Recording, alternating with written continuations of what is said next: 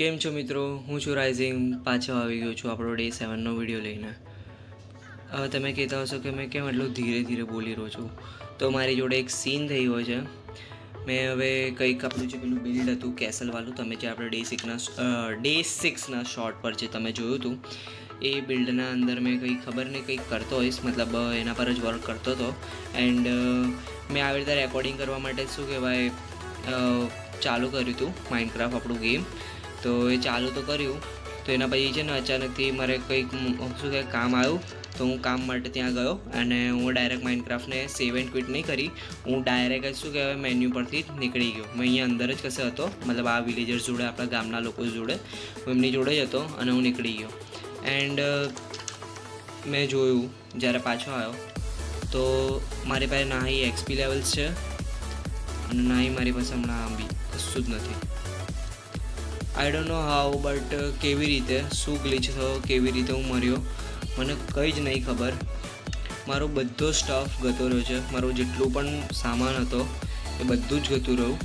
એ તો સારું હતું કે મારી પાસે ડાયમંડનું કશું નહોતું, ડાયમંડનું કશું નહીં ગયું, એ બધું ચેસ્ટમાં પડ્યું છે પેલી સાઈડ, જે આપણું ટેમ્પરરી આપણે જે ઘર બનાવેલું એનામાં. અને જો મારી હંગર પણ ગતી રહી છે.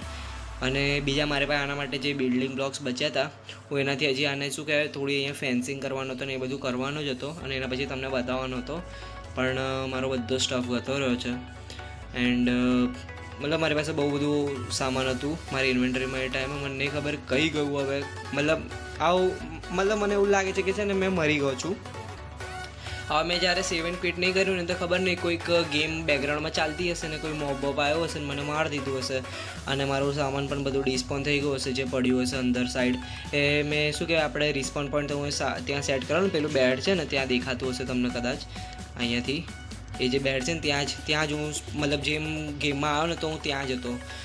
મને યાદ બી નહીં કે મેં કયા ગેમ બંધ કરેલી, મને યાદ પણ નહીં. હું રેકોર્ડિંગ માટે જેમ ચાલુ કર્યું તો બધું સામાન ગાયબ. તો હવે કંઈ કરી તો નહીં શકતા. અને હા, મારું બધું ફૂડ પણ ગતું રહ્યું, જેટલું પણ ફૂડ હતું બધું એની જોડે જ હતું. તો મારી પાસે હવે ના એ ફૂડ છે કશું જ નથી, મારી પાસે હંગર પણ નથી, મારું બધું સામાન ગતું રહ્યું. થોડું દુઃખ થયું, પણ એ તો વાંધો નહીં કે આપણે રિકવર થઈ શકે છે, કારણ કે આપણી પાસે આયરન ફાર્મ છે અને બધું આયરનનું સામાન જ હતું. બસ બીજું કંઈ નહીં, થોડું ઘણું હતું, આપણા ગોલ્ડન એપલ્સ હતા ને બધું ગતું રહ્યું છે. તો આપણે હમણાં માટે તો ચલો છે મારી પાસે સામાન, વાંધો છે નહીં. તો હમણાં માટે ચલો જે બી આપણે ટેમ્પરરી જે આપણે પહેલાંનું જે આર્મર છે એને પહેરી લઈએ છીએ. અને આજનું મેં વિચારેલું કે આજે વિલેજર્સને હું ત્યાં નાખી દઈશ ને એ લોકો પાસેથી ટ્રેડ લઈ લઈશ. તો જોઈએ છે અગર એ થતું હોય તો કરી લઈએ આપણે એ પણ. એન્ડ સારું છે કે ચલો મારી પાસે શું કહેવાય થોડી લાકડીઓ છે, સ્ટોન્સ છે ને એ બધું છે. બસ ખાલી થોડો ખાવાનો લોચો પડવાનો છે, કારણ કે મારી પાસે ખાવા માટે કશું બી છે નહીં. હમણાં માટે આ 11 એપલ છે એ ખાઈ અને આપણે શું કહેવાય જઈએ પછી. અને હમણાં તો રાત બી પડેલી છે, મારે એકવાર રાતને સ્કીપ કરી દેવી જોઈએ. અને મળું છું તમને સવારના ટાઈમે બધું શું કે આપણા ગેટ્સ બનાવીને. ગેટ્સ તો મેં બનાવી લીધા છે. અને અહીંયા જો આ ક્રીપર બી છે, સારું છે કે અંદર ફસાઈ ગયો છે, મતલબ અહીંયા હશે ને ટ્રી ઉગી ગયો હશે એટલે આ ફસાઈ ગયો. તો મારી પાસે બીજું બધું કંઈ સામાન તો નથી, પણ હા હમણાં હવે મારે ફૂડ માટે જવું પડશે, કારણ કે હવે મારે શું કહેવાય પ્રોગ્રેસ થોડી સ્લો થઈ ગઈ છે. તો વિલેજર્સવાળું કામ મેં પછી જ કરવાનું છું. હવે જો મેં છે ને 30 ડેઝનો ચેલેન્જ કર્યો છે બરાબર, અને આજે કંઈ ડે 7 છે. ડે 5 અને ડે 6 પર છે ને હું શોર્ટ્સ જ નાખી દીધેલા આપણા બિલ્ડના, કારણ કે હવે છે ને મને ટાઈમ મળ્યો નહીં બનાવવા માટે કશું પણ. તો એ શું કહેવાય શોર્ટ્સ નાખી દીધા. મેં કીધું કે હમણાં રહેવા દઈએ, કારણ કે હમણાં મારી પાસે બી ટાઈમ છે નહીં. તો મેં શોર્ટ્સ નાખી દીધા. તો અને વિચારેલું કે હવે આજે કંઈ કરીશું આપણે, પણ આજે બી એવું થાય એવું લાગતું નહીં. થોડું ટ્રાય કરીશ મેં. વિલેજર્સને એ લોકોને તો હું અંદર મૂકી દીધા છે. અને બીજું તો હમણાં માટે કંઈ નહીં. તો હું વિલેજર્સ પાસેથી કંઈક સારી ટ્રેડ મળતી હોય તો એ લઉં અને એ ટાઈમે તમને શું કહેવાય મળું. બીજી મને એક વાત કરવી હતી તમારા બધા જોડે કે મેં ડે 5 અને ડે 6 પર જે છે ને શોર્ટ્સ નાખ્યા હતા. તો શોર્ટ્સ પર છે ને આમ બહુ સરસ રિસ્પોન્સ આવતો. પાછો બિલ્ડવાળો શોર્ટ્સ હતો એટલે લોકો બિલ્ડ્સ તો જોવે જ છે. આ એનો શોર્ટ જે હતો એ બહુ સારો નહોતો, કારણ કે મને ટાઈમ જ નહીં મળ્યો કે મેં એને સારી રીતે બનાવી શકું.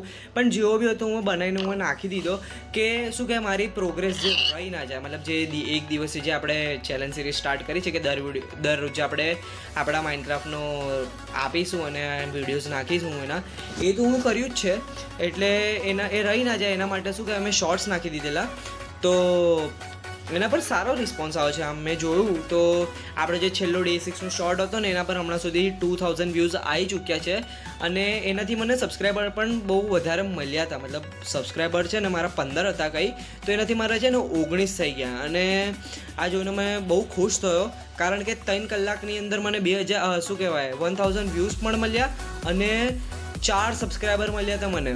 મતલબ આપણા જે 4 ભાઈબંધો છે વધારે આવ્યા આપણા પાસે, મતલબ આપણા વિડીયોઝ જોયા અને ફોલો કર્યું આપણાને, તો મેં જોઈને બહુ ખુશ થયો. પણ હમણાં ફિલહાલ છે ને 17 થઈ ગયા છે, કારણ કે છે ને શું કહેવાય એમાંથી જે 2 લોકો હશે ને એ લોકોએ કંઈક પાછું મને શું કહેવાય અનસબસ્ક્રાઈબ કરી દીધું હશે, એટલે કંઈ વાંધો નહીં, એમ લોકોને ના ગમ્યું મારા વિડીયોઝ તો પણ હું ટ્રાય કરીશ કે હું શું કહેવાય સારા વિડીયોઝ બનાવી શકીશ ને આગળ. જો હું કીધું બી છે કે હું આગળ બહુ સરસ વસ્તુ લાવવાનો છું, જે હમણાં સુધી માઇનક્રાફ્ટના મોબાઈલની અંદર હમણાં સુધી કોઈ જ નથી કર્યું, એ વસ્તુ મેં કરવા જઈ રહ્યો છું.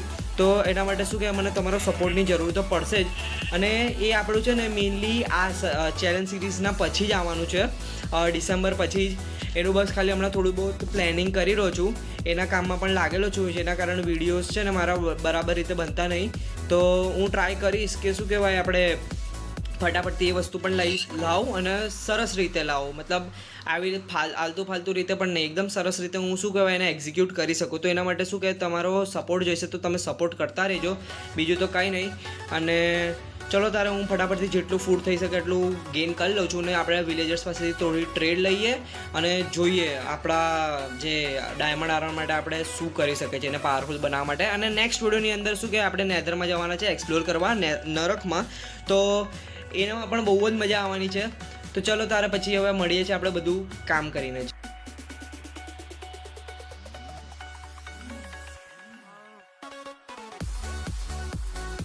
હેન્ડો તારે હું આવી ગયો છું પાછો અહીંયા, આપણે એનો ફૂડ લઈ લીધું છે. હવે આપણાને જ્યારે આપણને ભૂખ લાગે ત્યારે આપણે ભૂખડની જેમ ઠૂસી શકીશું, એટલું તો ખાવા છે જ આપણી પાસે, થોડો ટાઈમ માટે તો છે જ મતલબ. તો હવે ચલો ફટાફટથી શું કહેવાય અહીંયા હું આયરન ડોર ઇન્સ્ટોલ્સ કરી દઉં છું. મેઇનલી તો હું આના પર જ કરીશ, અહીંયા નહીં કરું, કેમ કે આ ડોર સરસ લાગશે, આયરન ડોર નહીં સારા લાગે એટલે, અને એક અહીંયા લગાવી દઈશ જેનાથી આ લોકો કશે ભાગી ના શકે. બીજું મારે અહીંયા પણ ડોર્સ લગાવવા પડશે, કારણ કે આ જગ્યા પણ શું કહેવાય ભાગી શકે છે, અહીંયાથી બહાર નીકળી શકે છે, તો હું અહીંયા પણ ડોર્સ લગાવી દઈશ. તો ફટાફટથી ચલો આપણે બી કામ કરી દઈએ, અને આ લોકો પાસે જે આપણે આ લોકોને ફાર્મર બનાવી રાખ્યા છે ને, તો હવે આ લોકોને લાઇબ્રેરિયન બનાવીશું. એક પાસેથી આપણે મેન્ડિંગ લેવાના છે અને બીજા પાસેથી આપણે ફોર્ચ્યુન 3 નીકાળવાની ટ્રાય કરવાના છે, કારણ કે દેખો હું નેક્સ્ટ વિડીયોની અંદર તો નેધરમાં જ જવાનો છું, પણ ફોર્ચ્યુન 3 એટલે કે જેનાથી શું કહેવાય આપણે ડાયમંડ્સ માઇન કરવા જઈ શકીએ છીએ, કેમ કે હવે છે ને ડાયમંડની થોડી કમી થઈ રહી છે, ડાયમંડ્સ થોડા વધારે હોય ને આપણી પાસે તો આપણે ફટાફટથી કામ કરી શકીએ. તો ચલો હવે ફટાફટથી હું શું કહે આ લોકોનું સેટઅપ કરી દઉં છું અહીંયા બધું કે કેમનું કરવાનું છે. તો ફટાફટથી ચલો હું તમને મળું છું બધું સેટઅપ કરીને.